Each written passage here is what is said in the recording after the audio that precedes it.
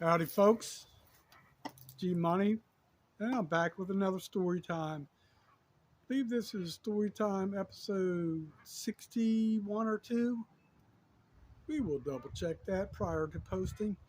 Anyway, this one is if you check my last story time, I thought it was pretty comical. Not like, laugh belly puke type comical, but this one was a pretty good one too. So we're going to go 2 episodes of story time back to back with a little comedy, little humor, attempt at humor anyway by GMoney, and I think it worked pretty well. So I can I can tell you the exact date. I promise you that it was July 29th, 2016. Uh, because I have a photograph of this incident. It's time stamped and everything.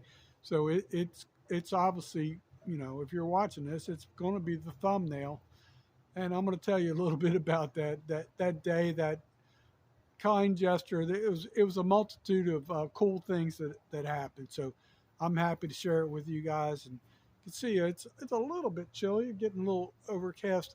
Tomorrow's supposed to be a beautiful day, by the way. So anyway, the I had a friend, this young gal. She came into the bait shop. You know, I've already preliminarily talked to her about joining us on StreamYard for a live. She's agreed to it. Schedules and like trying to get other participants haven't really worked out too well right now. She's in Alaska, which is I think 4 or 5 hours behind us. So let's get on to the story, GMoney. All right, I'm doing that. Just come on, quit yelling at me. All right, I'm back. All right, so real nice young lady. Her and her brother. Her brother was kind of like a taller, like pretty, like good, good in shape type fella. His name's Chris. I'm not going to mention anybody's last name or anything like that to protect them. Chris is, last I heard, was with the Lee County Sheriff's Department. So this is kind of a cool story in multi parts. It's a story of success for him, a story of chasing your passion and dreams for her, and just kind of like a funny, practical joke that GMoney pulled on somebody else. Imagine that, GMoney being a prankster. Yep, that's what happened on this particular day. So actually, I'm not gonna lie to you. I'm gonna, like I told you, I'm gonna call her Brittany. You know, she had some problems in the past, so I'm just gonna call her Brittany. Not her fault, but I'm gonna call her Brittany for this video. So really cool young lady. When I was introduced to her and her friends and her entourage, her ex-boyfriend and all that stuff, they would come into a bait shop where I worked. So we did a lot of things, but those are going to be some other stories. So maybe I'm going to save that for the live. But anyway, so Brittany's really cool chick, really good spirit. She went to Texas A&M University, if I remember correctly, and she's kind of like an outdoorsy chick, which is she's always bubbly and pleasant. And so, all right, I'm gonna get on to the story. Quit beating yourself up, GMoney. Just tell the story. All right, I'm gonna do that. Quit arguing with yourself. So it was the funniest daggone thing. It was my birthday, and we agreed. The three of us, her brother, Brittany, and myself, were going to meet at Big Carlos Pass at Fort Myers Beach on this particular day, which happened to be my birthday. And I took off for a day or two, whatever. Well, I don't remember the exact details, but so I pretty much told her, I said, if we're going to go hang out, let me just hang out and chill and watch you guys fish. They really didn't know how to fish that well yet. I'm not going to lie. And I shouldn't say they didn't know how to fish yet, but they didn't know how to saltwater fish yet. So I kind of figured, like, let me just, I didn't really want to be like real critical, like a big fishing coach. I just figured, let me just chill and if I see any major like errors, I might point something if they ask. I didn't want to like be really telling them what to do. I just wanted them to have fun. Anytime they're wading in the water, the brother goes this way, goes this. I can never do that reverse. He goes this way, she goes that way, the other way. They're separated by, I don't know, 40 or 50 yards, and they're kind of out there wading, doing their thing, having a good time. I'm loving it. So I'm sitting back in my chair, as you probably will see in the thumbnail, and I'm just chilling, relaxing. By the way, Brittany and her brother, yeah, they gave me that little Debbie's thing or whatever that is, a hostess or whatever, called a ding dong. They might have been sending me a message. I'm not really sure, but I'm gonna remember that when I get you on the StreamYard.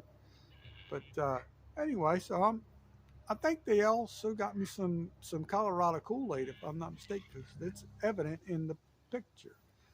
But so I'm just chilling, relaxing, just just trying to be a helpful observer, not really commenting much. But so it's going back and forth, going back, and then I look off into the past and I see a boat going by, which was pretty, miraculous because I don't have such good vision anymore off in the distance. And it looked like Captain Billy from Pale Horse Fishing Charters. So I I text him real quick. I was like, "Hey man, was that you that just came through Big Carlos Pass?" He said, "Yeah." I said, "By any chance, do you have any more pinfish?" Because I remember seeing something earlier. I think I saw it earlier. They were out fishing, and he's always big on live bait fish. Pinfish are popular bait down here. So he says, "Yeah." He goes, "I'm going to be at the boat ramp soon," which was at Lovers Key State Park. He goes, I said, "Any chance I can get some of that?" He goes, "Yeah." He goes, "Any chance you have any Colorado Kool-Aid?" And I'm like, "Yeah, I've got some." He goes, "Can we work a trade?" I said, "Yeah, no problem. We'll do that." So I I scurry on out of the park. I tell them I'm going to be back. I'm going to get some pinfish. I'm trying to help them fish better with live bait.